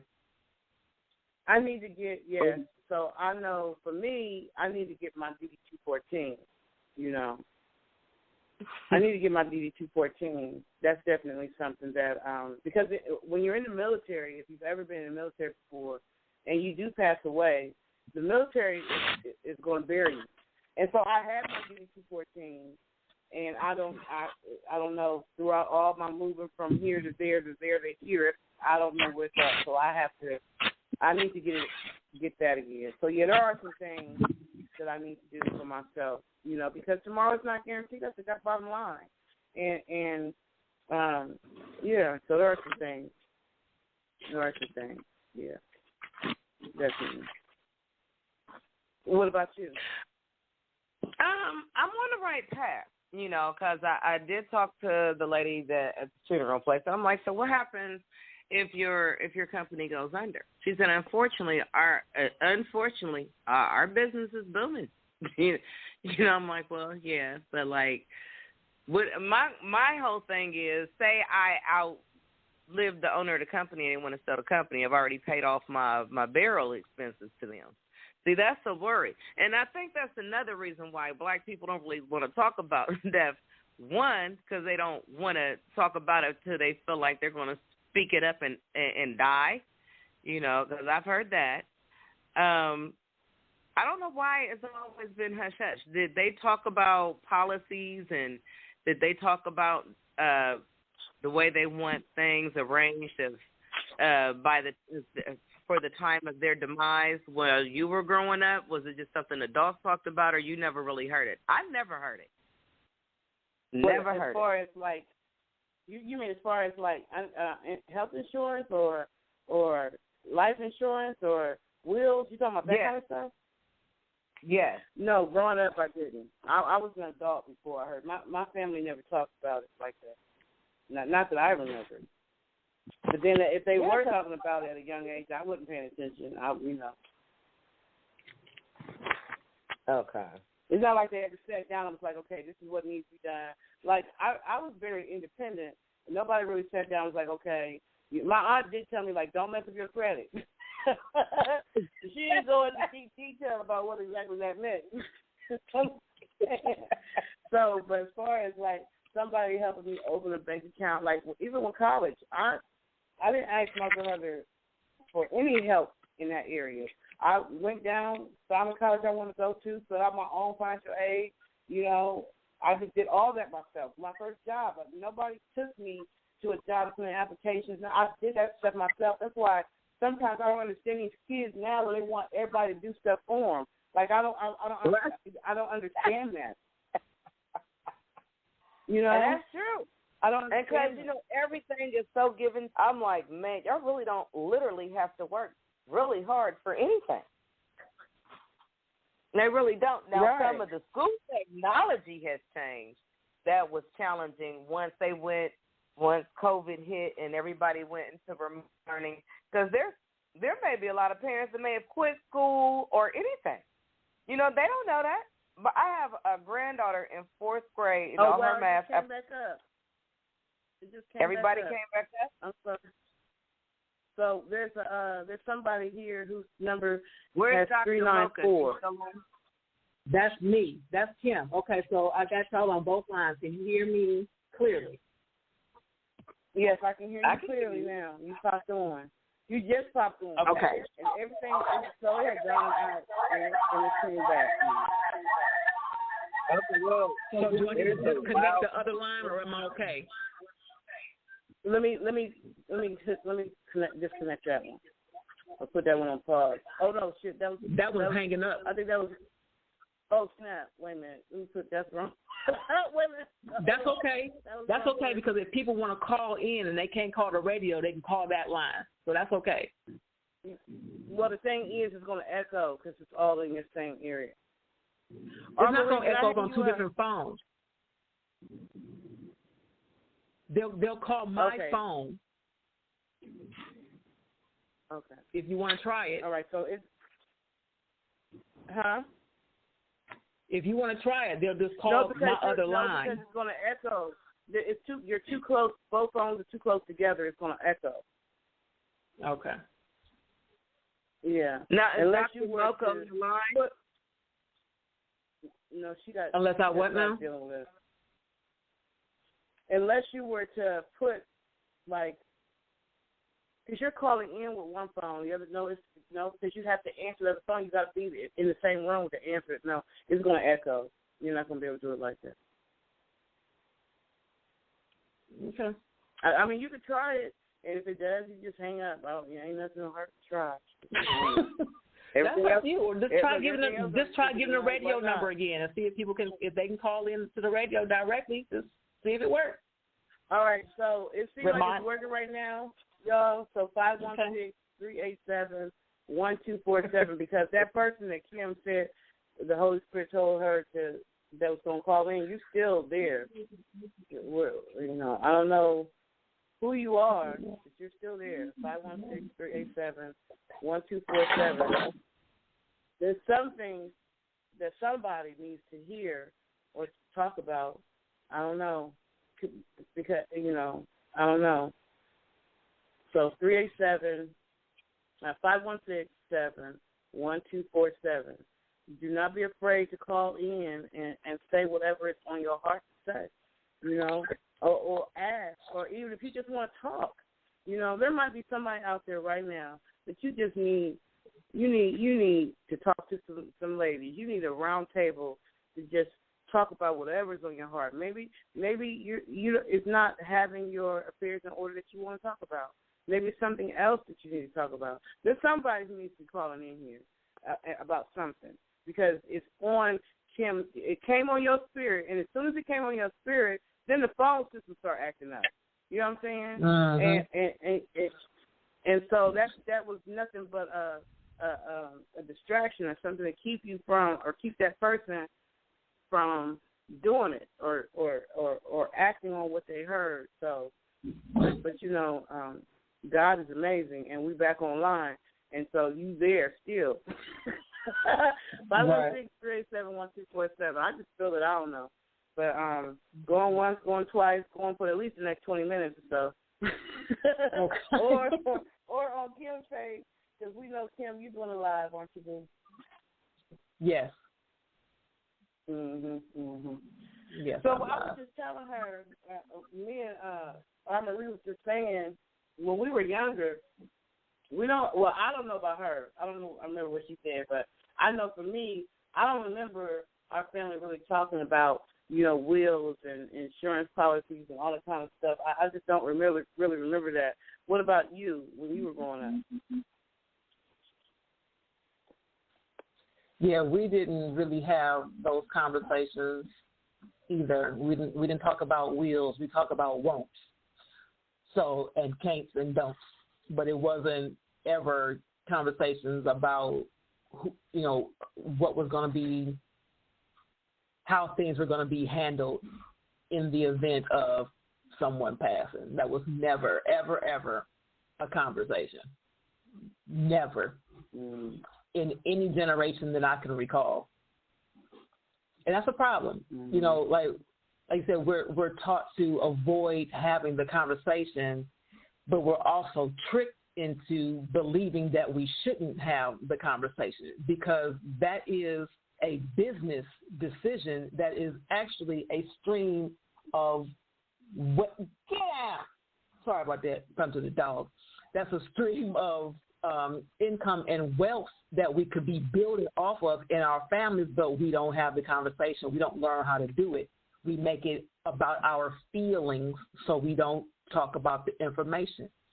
We could be establishing family and generational wealth through these insurance policies. You know what I'm saying? But we don't do it because we won't talk about it because there's feelings involved. I can't emphasize it enough. Fuck them. Get your mind out of your feelings. Get out of your feelings and talk about the things that matter. Your feelings will change with every circumstance. The information, the facts will not change. They will remain constant because they are what is true. What is the truth. The truth remains constant regardless of what's going on around it, in front of it, behind it, over it, or underneath it. It is always the same.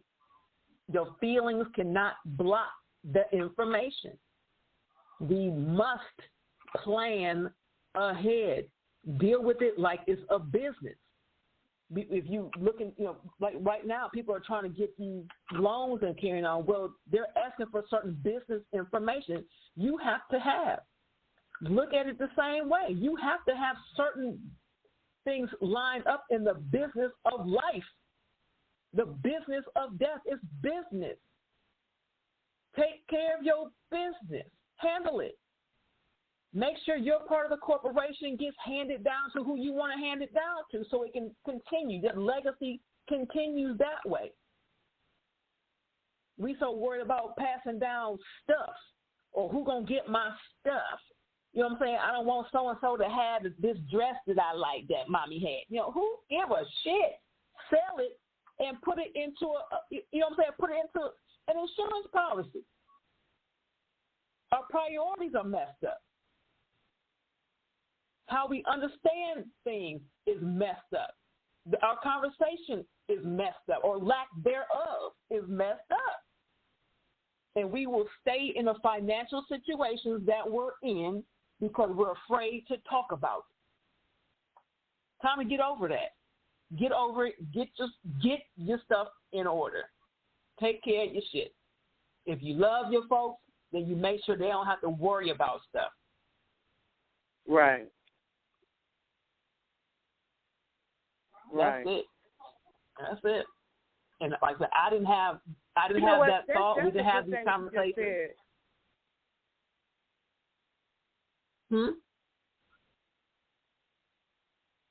I can't hear you at all.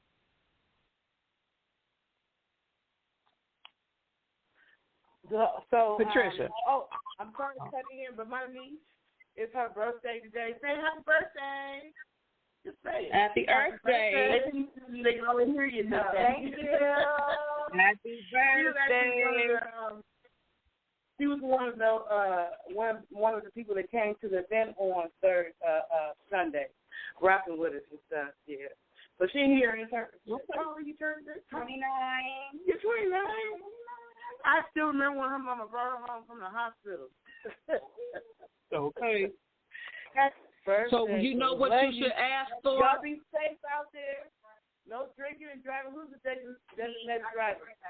Okay, yeah. All right. And nobody leaves. Everybody leave. Don't nobody go off. Everybody come back together. Right. Yeah. Okay. Well, girl, don't mama me like I was never young. I'm sorry, y'all. I had to do that little break.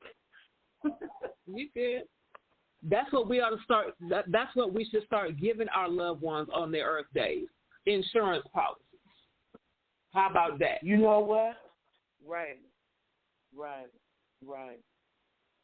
Something like that. We need to start. I know that I've started talking to my kids definitely about. I've started talking to them about the importance of credit. Because I never understood how important credit was. So that's another. So insurance, credit, stuff like that, those are important things to really start talking to them about. But I have started talking to them about credit because you don't realize how America is run on credit. I think the world is run on credit. Like you can make $15,000 a year, but if you got freaking A1 credit, you can get anything you want at a price that you can afford. You know what I'm saying? Yeah. With a low interest rate. Like, credit is everything. So I think that sometimes these companies, they target these young kids who don't have anything bad on their credit, try to send credit cards all that kind of stuff when they're not ready. And so they start messing up their credit at a young age because they don't have you don't have a job to even support a credit card. And if your parents are not paying for it, that means as soon if you're not mature enough to handle it, you just mess up your credit already at 18. You just start off the game wrong. But they target these young kids, these college students and stuff, with these credit card stuff when they don't need that. You don't need to be getting no kind of credit until you have graduated from college or got a good job or even graduated from high school, but you got a good, secure job, and you understand the importance of maintaining that balance and paying them bills. If you don't have that understanding, do not get no credit card. These companies, it's like they target them. I hate that. Of course. So they're messing up their credit before they're even able to understand what credit is. But that's also the fault and the responsibility of the parent, because why wait until the child turns 18 to start talking to them about it? When they're old enough to have a conversation with you, you should start talking about it. They could have learned by the time they're 18 how to manage money. They could have already learned that. It would have been a big deal. That's just something that they would have planned to get a credit card by that time, so they know exactly what to do with it when they got it. We start too late. We start after the fact of want to start trying to teach our kids something that they should have learned when they start talking. We should have been doing that when they start talking to us, period. We cheat them. We cheated them and continuously cheat them because of how we feel about the subject. And then they go out here and have to learn it the hard way for themselves, and then we jump down their back because they done messed up some kind of way. They done something stupid. Well, of course they did something stupid because they didn't have a chance to not do something stupid. They had to figure it out on their own. So we cheat them. We cause them to be stupid because we're not giving them the information they need before they need it. We want to be reactive instead of proactive. Give it to them before they need it so they know how to use it once they get it. That's our fault. Yeah. That is strictly our fault. We are looking for the school system to teach them. They're not going to do that. The world is not going to teach them how to be independent people. That's what our parents used to do. Our parents didn't really used to talk to us because they figured we would learn it at school. That was the whole thing. Sex education, you learn it at school. It was like everything was you learn it at school. But right now they ain't learning nothing at school. In fact, are they even in school? At all. Exactly. And even the ones that still doing homeschool, some of them not learning nothing either. You know where I learned sex education? In my bedroom. That's where I learned it. In my bedroom. Now, we had some conversations, but I got an A+ in my bedroom. Okay? That's how I learned it. I learned about the birds and bees in health class. We had to get permission. They ain't got shit to do with nothing. we had to take home a permission slip for our parents to sign to state that we could learn sex education, and that's how I found out about the sperm and the egg and all that kind of stuff. All that stuff. Yeah, that's crazy. All through. We doing too much and not enough. Health class, huh? I said we doing too much and not enough. I also learned from sneaking and looking at some R-rated stuff, and I also learned from them books, not Harlequin romance, but those romance books used to tell it. Oh, I understood everything. Okay. From reading those books. Right. I hear you. I used to sneak and read those romance books. I understood everything. Just I'd be in the back of the class in English. Everybody else doing their work, and I was back there reading.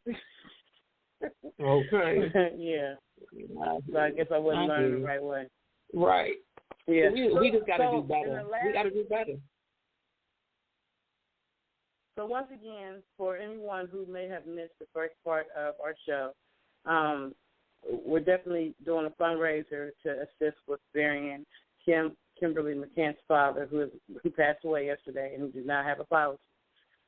So you can definitely go to Kimberly McKent's page on Facebook where she has a GoFundMe, and we're definitely asking if it's in your heart and you want to help someone that you don't know or whatever, we're definitely asking, because every dollar counts. I think that now cremations are even $3,000. Like you can't even get somebody cremated for less than $3,000. I think. Wow. Yeah, I think that's a cremation cost. I think it's like, yeah. So, yeah. Yeah, I'll also put that cash app for people who prefer to do it that way, Patricia. For people who want to donate and don't want to go to a fundraiser.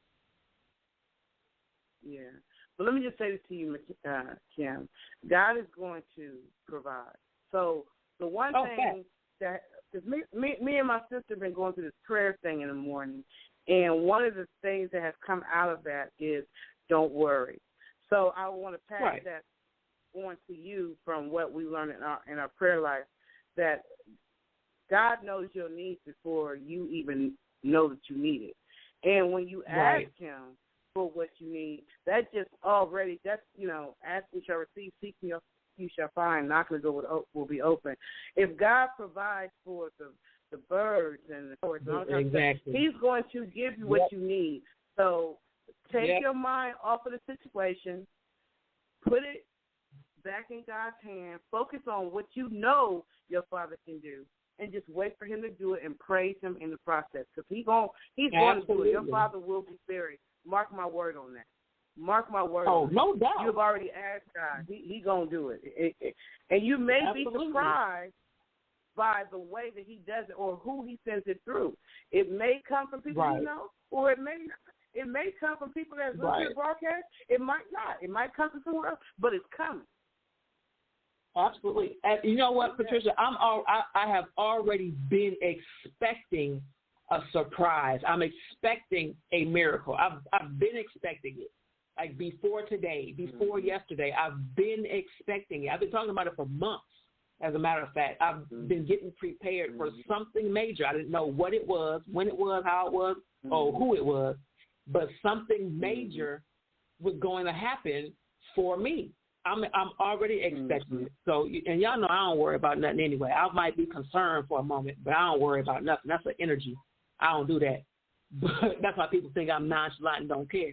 That ain't the case at all. I know who I am and whose I am, and I don't need to have that energy. I don't need to have it, because it's like me saying, I know you told me that you're the Almighty and you can do anything, and your word is bond. I know you said that, but that those two things don't go together. I can't say I trust you, but you know what I'm saying? I know you God, but no. It is what it is. I trust you. I know you God. And that's that. Ain't no but. And I'm Goddess. I'm your daughter. You're not going to leave me stranded. I'm not concerned. I'm not worried. Yes, in my human experience, I will be concerned. I might trip out every now and again, but you know for real what it is. That's a human experience for the moment. It's temporary. Your spiritual child, your spiritual child knows what it is, and she's not worried at all. She's waiting. Because that's going to be a testimony for me. So when we come back, I'll be telling you what happened. Oh yeah, you will have a testimony. Yes, ma'am. We go through tests so that we can have a testimony, because there's somebody else who is not spiritually as strong as you. There's nothing wrong with you're a strong soldier, a strong spiritual soldier, and you handle things in a certain way. God made all of us differently. You know what I'm saying? We all have our gifts where we have our gifts, and so there's nothing to apologize or even feel no kind of way about, because you have a strong spirit. Praise God for that. So I can't wait to hear your testimony, because believe me, somebody out there who's listening to this now or who will listen to it later is going to go through what you're going through, because I went through it. I'm telling you my testimony. Right. Well, we went through it with my sister, and my sister was buried. So, yes, you'll be coming back with a testimony about how God provided. And this right here will be a blessing to someone else who will be going through it and who will have to listen and find, okay, I'm going to get through this. If she went through it, and they went through it, and they went through it. God is not a respected person.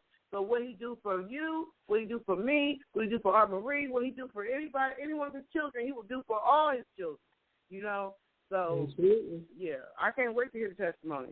Praise God. I can't wait in advance. And we thank you, Father.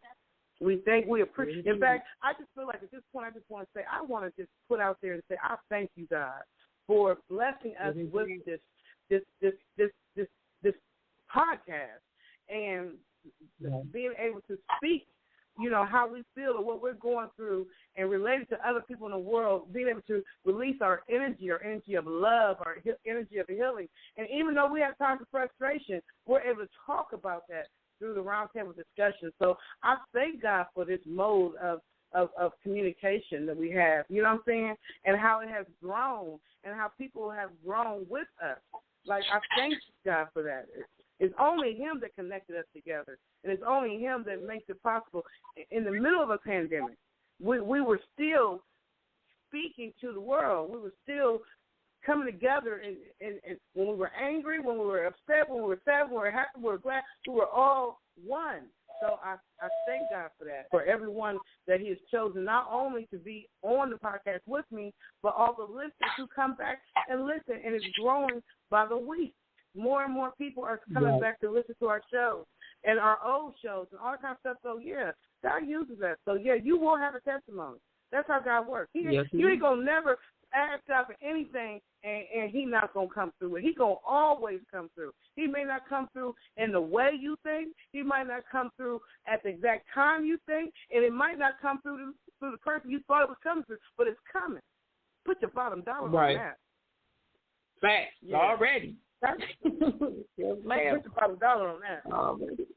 Yes, indeed. Well, we might think it's supposed to come through that one particular way. We might be like, okay, this is the way it's going to come. Yeah, okay, but that it may not. It may come through a whole different way. You know what I'm saying? You got to release the expectations. Trust God. He's going to bring it. Your father will be buried with dignity. Watch what I say. I can't wait to hear your testimony. Praise God. I can't wait to hear you tell how it was done. I can't wait to hear you speak that peace. Ooh. Right. Yes. Yes, ma'am. It's coming. Yes, I can't wait. So I didn't get to play no music, y'all. And y'all know we got 2 minutes left. So I'm going to have to roll out here with some music. You know that, right? You understand that. Like I got to. It's all good. Yes, ma'am. So, we know. Yeah. I love y'all. Make it happen. Love you too. On purpose with purpose. Art Marie. On purpose with purpose. I don't know. Yes, so she gone too. Yes, ma'am. All right. We only got a couple minutes. Everybody have a wonderful week. Oh, yes, ma'am. Let me know how I can help you, or whatever. This ain't nothing but a test, Art Marie. Ain't nothing but a test. I'm kind of like him. I'm not big on asking, people for favors. I'm not big on that, because I consider myself highly independent. But, man, it's just, and then when I did, ask a couple people, and I'm getting, what you need? What else do I do? All I do is work. What else do I do? But I'm thankful God got me through it. I didn't die from it. I thought I would bust. I guess I didn't bust. So it is what it is. It is what it is. Yeah, you're going to be okay. Hey, the worst thing is you probably got a little bit more rest than you wanted. Right. Peace and love, y'all. Peace and love, sis. Peace and love. Love y'all. Love you too.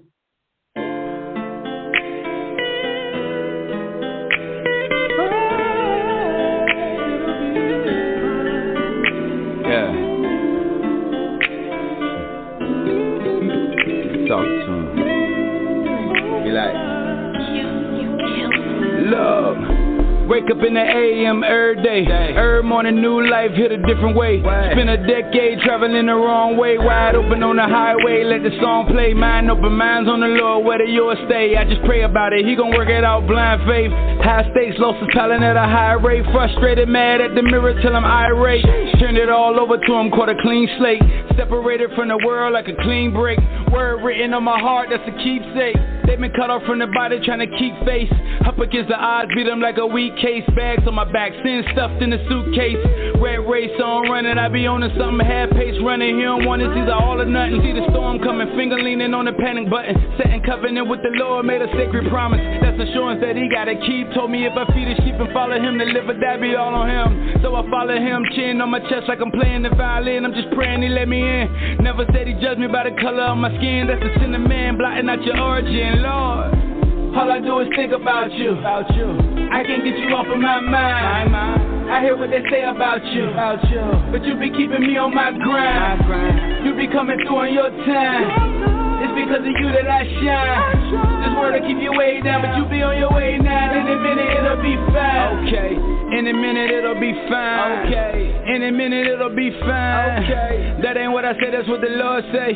Cause if I said it, would you call it prophecy? If I'm confessing, oppression ain't on top of me. And going in got me sitting on a monopoly, giving God the glory and skipping over your property. Cause he made a way for me out of no way. And I ain't going back to them good old days. Fresh as I'm feeling, still killing it right my own way. Last time I heard it, the 40's the new gold age. Cause I be on that grind, be like 4 days.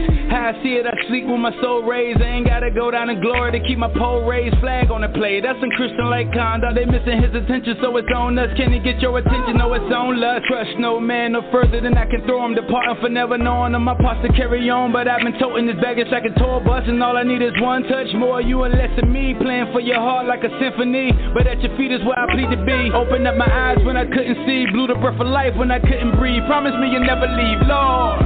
All I do is think about you. I can't get you off of my mind. I hear what they say about you. But you be keeping me on my grind. You be coming through on your time. It's because of you that I shine. This word will keep you way down, but you be on your way now. In a minute it'll be fine. In a minute it'll be fine. In a minute it'll be fine. Yeah. In a minute it'll be fine. Okay. Your time. Okay. Okay.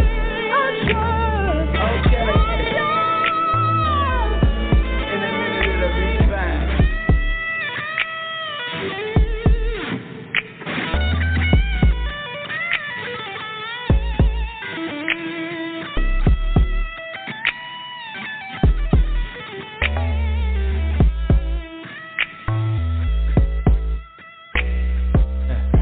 Happy giving God the glory.